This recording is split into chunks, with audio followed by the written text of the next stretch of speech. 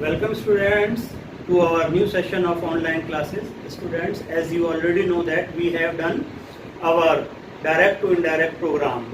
We have learned how to convert assertive, interrogative and imperative sentences into indirect.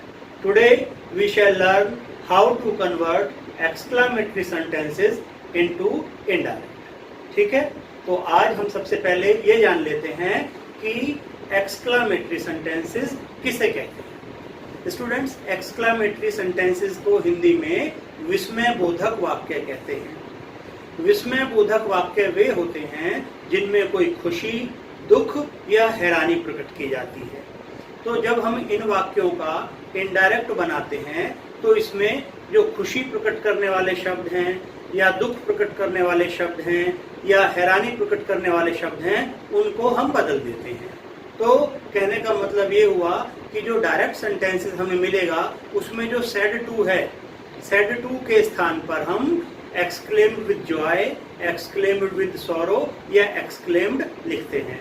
लेकिन ये कैसे लिखते हैं हम देखते हैं। अगर वाक्य में खुशी प्रकट करने वाला शब्द जैसे कि हुर्रा, आहा या वाओ दिया हुआ है तब हम सेड टू की जगह पे लिख देते हैं एक्सक्लेम्ड विद जॉय। और यदि वाक्य में हमें दुख व्यक्त करने वाला शब्द जैसे अलास या ओह या आह ये शब्द मिलते हैं तब हम सेड टू की जगह पे लिख देते हैं एक्सक्लेम्ड विद सॉरो। और यदि हमें वाक्य में आश्चर्य या हैरानी प्रकट करने वाला शब्द दिखता है जैसे कि हाउ या वाट तब हम उसके स्थान पर एक्सक्लेम्ड या फिर एक्सक्लेम्ड विद सरप्राइज लिख देते हैं।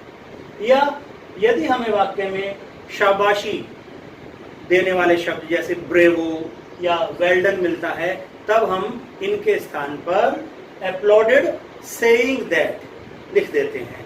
अब हम इनको सेंटेंसेस के माध्यम से सेंटेंस बनाकर देखेंगे कि इनका प्रयोग कैसे किया। स्टूडेंट्स, अब हम इसको एग्जाम्पल्स के माध्यम से समझते हैं कि कैसे हम एक्सक्लेमेटरी वाक्यों को इनडायरेक्ट बनाएंगे। देखिए पहला वाक्य देखिए, the soldiers said hurrah we have won the battle. तो जैसे कि ये शब्द है हुर्रा, इससे हमें स्पष्ट हो रहा है कि वाक्य में खुशी का इजहार किया जा रहा है। तो हमने पढ़ा था कि अगर वाक्य में खुशी व्यक्त करने वाले शब्द होते हैं तब हम क्या करते हैं सेड टू के स्थान पर, सेड के स्थान पर एक्सक्लेम्ड विद जॉय। तो हम लिख देंगे the soldiers exclaimed with Joy that, that से जोड़ना है हमें। The soldiers exclaimed with Joy that, और वी का क्या हो गया दे, हैव का क्या हो गया had, that they had von the battle. The soldiers exclaimed that they had von the battle. देखा। अब दूसरा सेंटेंस देखिए, she said alas I have lost my purse. Alas से स्पष्ट हो रहा है कि इस वाक्य में दुख व्यक्त किया जा रहा है। Alas I have lost my purse, मेरा पर्स खो गया, तो दुख का व्यक्त किया जा रहा है। जिस वाक्य में दुख व्यक्त हो तो वहां अलास के स्थान पर हम क्या लगा देंगे एक्सक्लेम्ड विद सॉरो। तो हमने कर दिया she exclaimed with sorrow that she had lost her purse. जो प्रोनाउन के चेंजेस हैं और टेंस के चेंजेस हैं वो तो हम करेंगे ही। हैव की जगह हैड कर दिया और आई की जगह शी कर दिया, तो ये चेंजेस सही रहेंगे। जो भी पुराने नियम हैं वो सब लागू रहेंगे। हम केवल वाक्य को देख के, अगर दुख है तो एक्सक्लेम्ड विद सॉरो, खुशी है तो एक्सक्लेम्ड विद जॉय, और अगर हैरानी या आश्चर्य है तो खाली एक्सक्लेम्ड लिख दो या एक्सक्लेम्ड विद सरप्राइज लिख दो।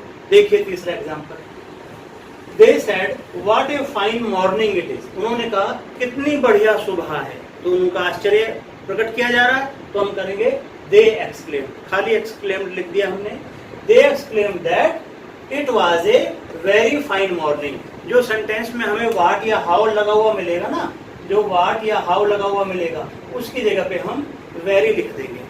ठीक है, तो बन गया they exclaimed that it was a very fine morning. इसी तरीके से अगला सेंटेंस देखो, he said how beautiful the rain is. How या वाट अगर कुछ भी मिले तो इनकी जगह क्या लगना है वेरी। देखिए he said how beautiful the rain is। उसने कहा कितनी बढ़िया बारिश है, कितनी अच्छी बारिश है। तो he exclaimed that the rain was very beautiful। How की जगह क्या लिख दिया, very, the rain was very beautiful. अब अगला सेंटेंस देखो, ब्रेवो और वेल डन वाला, उसमें क्या बताया गया है, ब्रेवो माने शाबाश, वेल डन माने शाबाश। तो अगर शाबाशी दी जाए किसी वाक्य में तो हम क्या कर देंगे, उसको हटा के अपलॉडेड सेइंग दैट। अगर ऑब्जेक्ट दे रखा है तो लिख देंगे अपलॉडेड मोहन या अपलॉडेड हिम या अपलॉडेड देम। और अगर ऑब्जेक्ट नहीं भी दे रखा होता है तो हम थर्ड पर्सन मान लेते हैं। सेंटेंस देखिए, the captain said bravo, the captain said bravo, कप्तान ने कहा शाबाश, यू हैव डन वेल, तुमने बढ़िया काम किया है। तो द कैप्टन अपलॉडेड, अपनी तरफ से मान लिया ऑब्जेक्ट हमने him, the captain uploaded him saying that he had done well। अगर हम ना भी मानते तो हम ही बना देते, the captain uploaded saying that he had done well।